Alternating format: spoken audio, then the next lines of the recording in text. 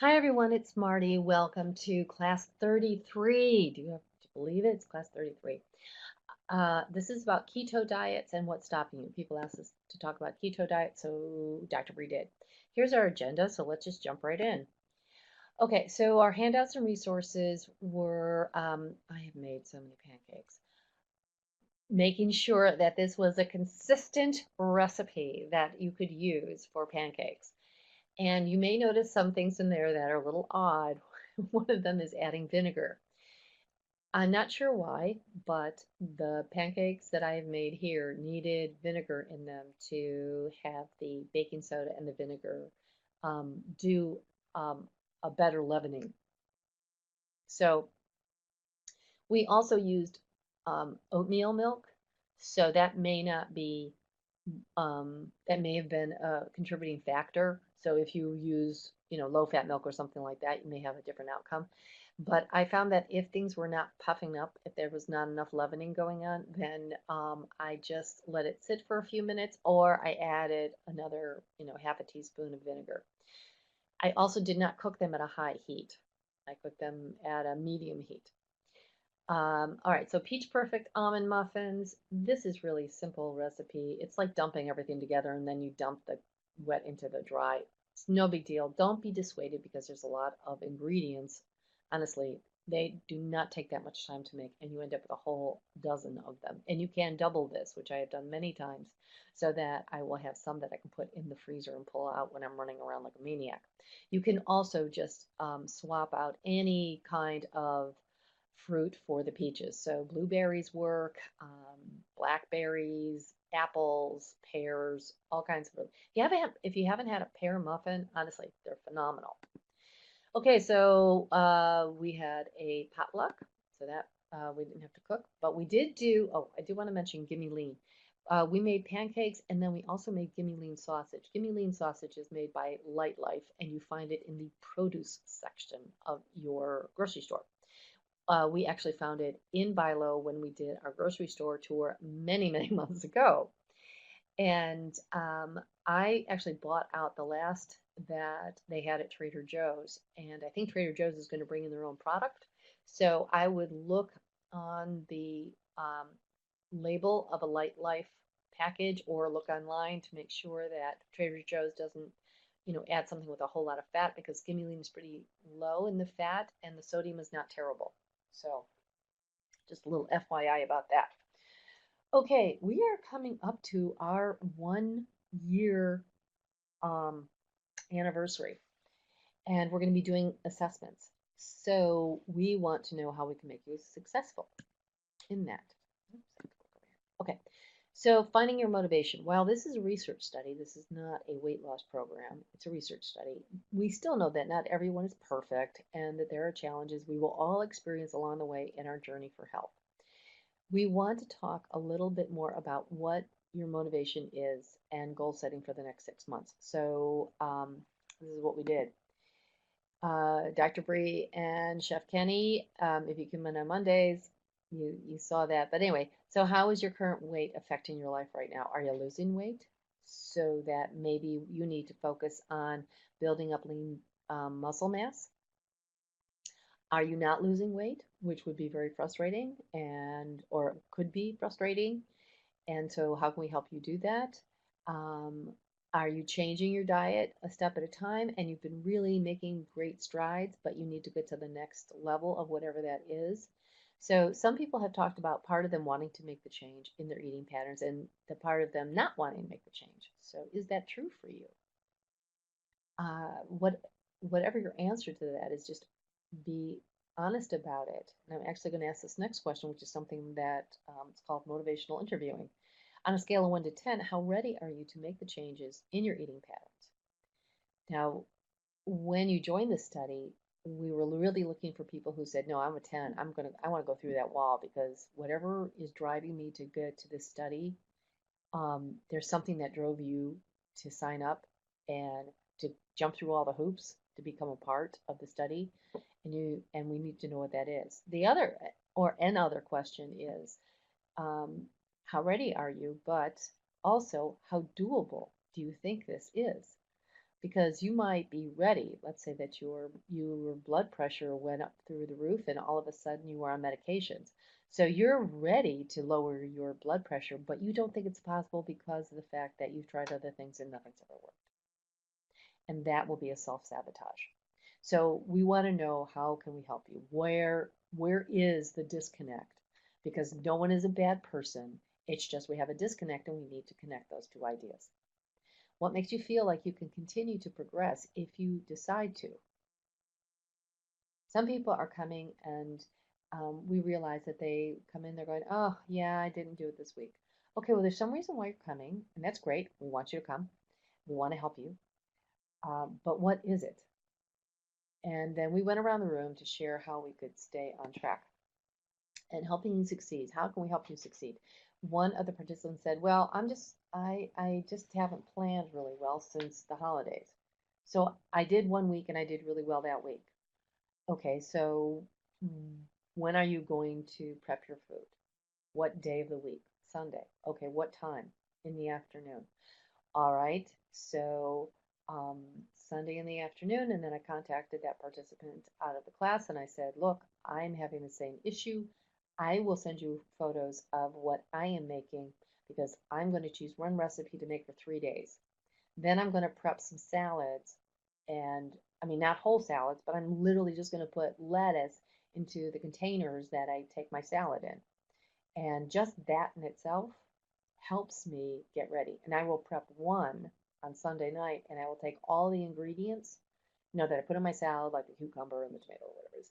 I put that in either one section or in a bag so I can literally just grab the bag and pull it over to the cutting board. And I don't have to think about what I'm putting in it because everything is in the bag. And all I have to do is put it in on top of the lettuce, which is already in the container, so I don't have to go get the container out of my cupboard. That helps me. At the same time that I'm doing that, I'm going to be baking up some sweet potatoes so that when I come home, I have the crab cakes made, because that's a recipe I'm doing, and I will also have sweet potatoes made. So I don't even have to think about it. All that stuff is done for 3 days. That to me is the action, and you need an action. A goal of I'm going to be better next week means absolutely nothing. What is the action? The action is I am going to prep for an hour and that's it. Or I'm going to prep for a half an hour. That's it. That's all I have on Sundays, a half an hour. Okay, great.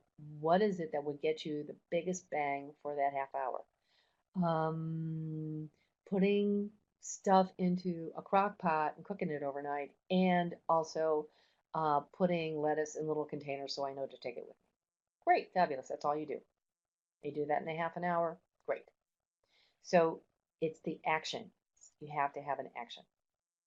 And if there's any way we can support you, please contact us. We want to make sure that you're successful. We start our assessments on April 1st. And what health goals do you have for those assessments? Do you want to lose weight? Do you want your blood pressure lowered? Fat loss, muscle gain? What is it? And as you have little post-its here with these lovely little goals on them, put them right into, put whatever it is right onto your fridge, onto your mirror in the bathroom, whatever it is that you're going to remind yourself. Can you commit to following your diet 100% until your lab appointments?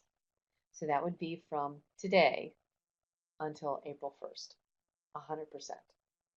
I can't do things if I think I have to do it for the rest of my life, but if I say, oh, you only have to do it for 2 weeks, that I can do.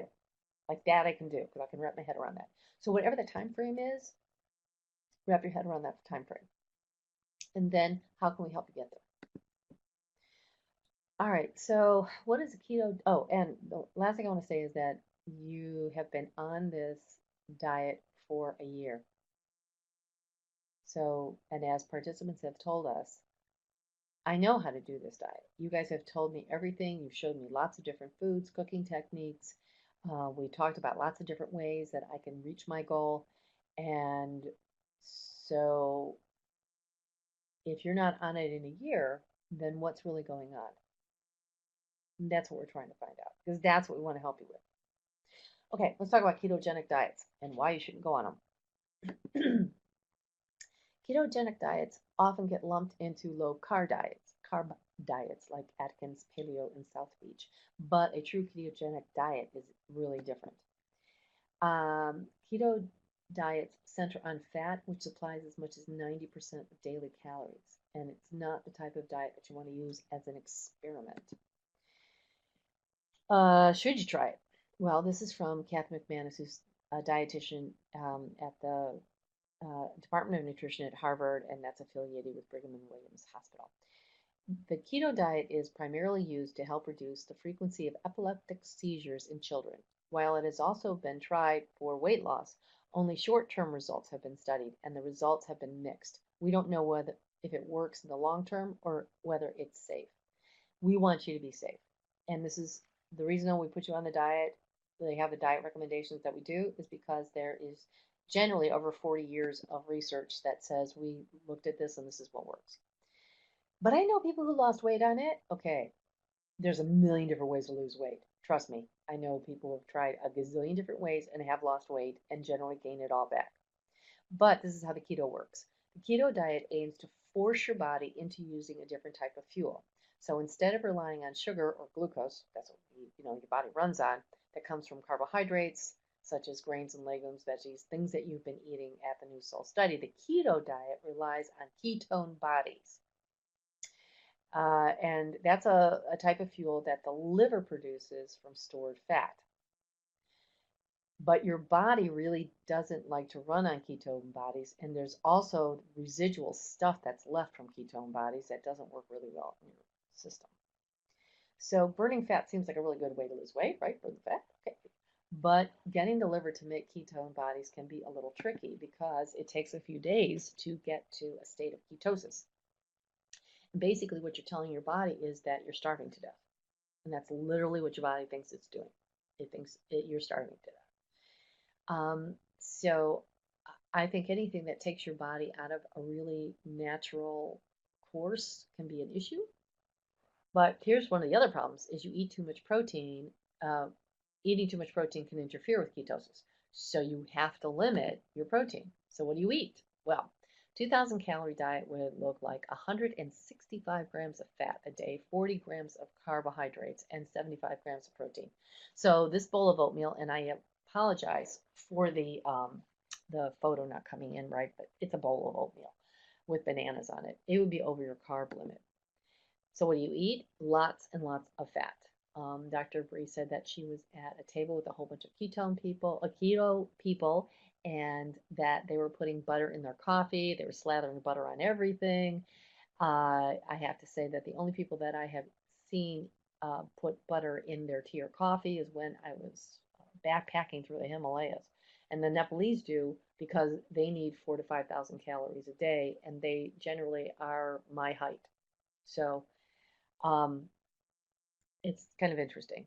All right, and lots of fat, and it can be saturated or unsaturated. They don't really look at the difference between the two. So what do you eat? Protein, but not very much. And there's no differentiation between lean and fattening sources. And there are no legumes because they have too many carbohydrates.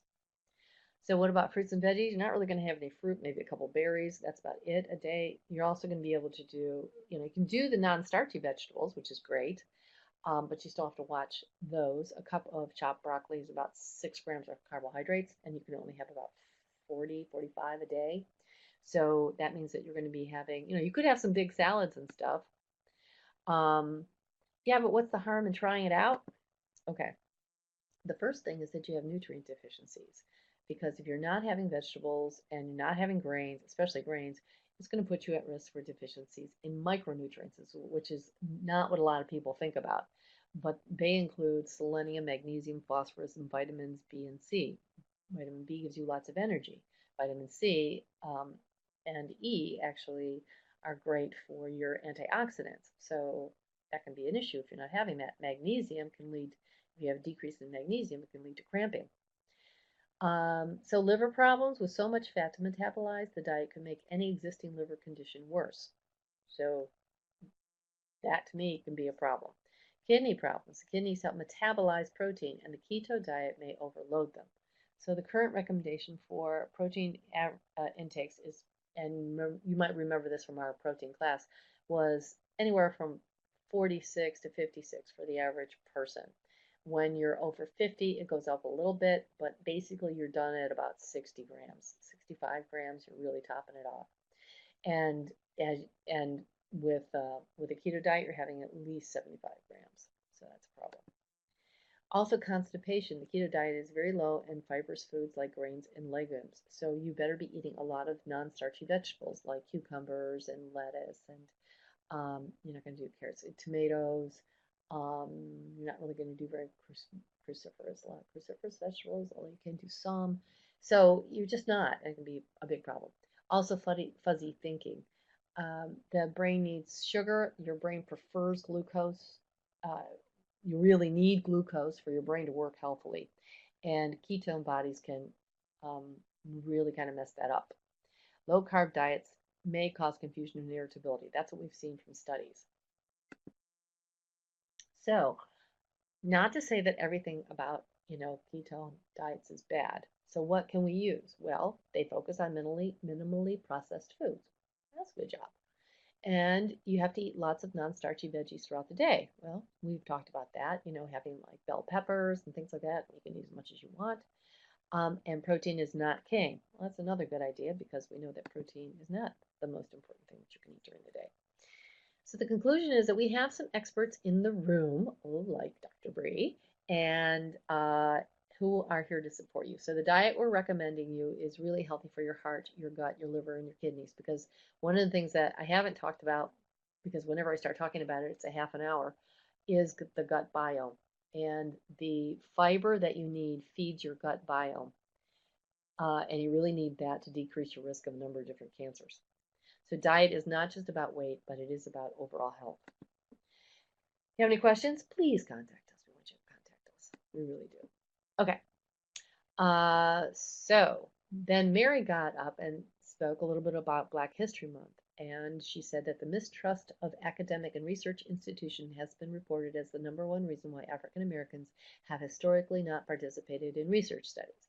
I read a couple of books before I moved here on research studies in African Americans, and they were pretty horrific. They were pretty horrific on women just as a gender, and I read another one that was specifically on African Americans. So we have a couple of, she listed a couple of examples. One was the Tuskegee syphilis study, where 200 African American men and women were intentionally infected with syphilis.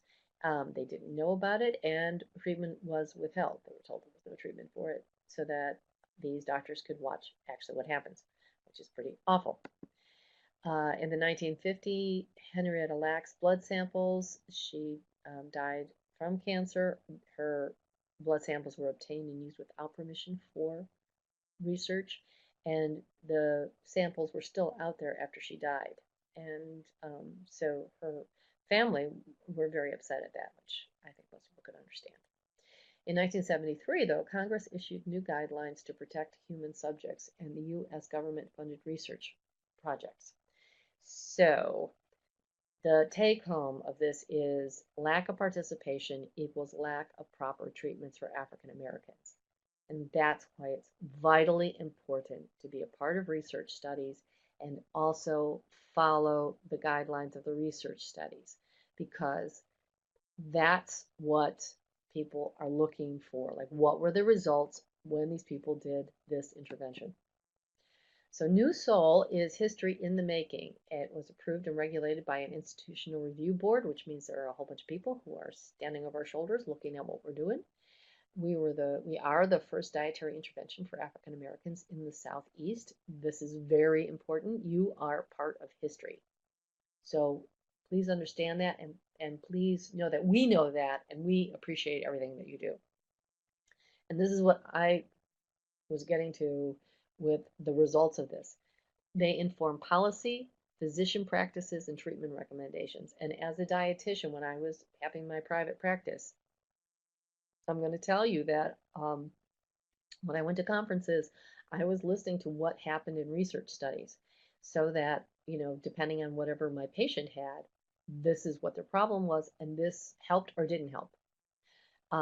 So you are vital to what's going to happen with African Americans with heart disease, who are losing weight, who have high blood pressure. People are going to look at this study and say, okay, so what did they find? So what you're doing here is so important. Then we had a raffle. Sorry that you weren't here. Going to be part of it. Okay. And then we again want to say thank you for your participation. And we highlighted new soul Black owned businesses. So Mary had a list of our participants who have businesses, and because we want to support that. And if you have a business that isn't listed, please tell us because we want to make sure everybody knows about you. Okay, what did we discussed? What a keto diet is, and what is your motivation, and how maybe we can help you. Then our next class, which is in March, we will have Chef Gloria coming back. She's going to be making a vegetable casserole. I will make a soup with that. And then we'll have Tanya Bolton, who's a counselor, and she can help you figure out how to stay on track and actually get to what may be that challenge. Week 35, which is right around my favorite holiday, St. Patrick's Day.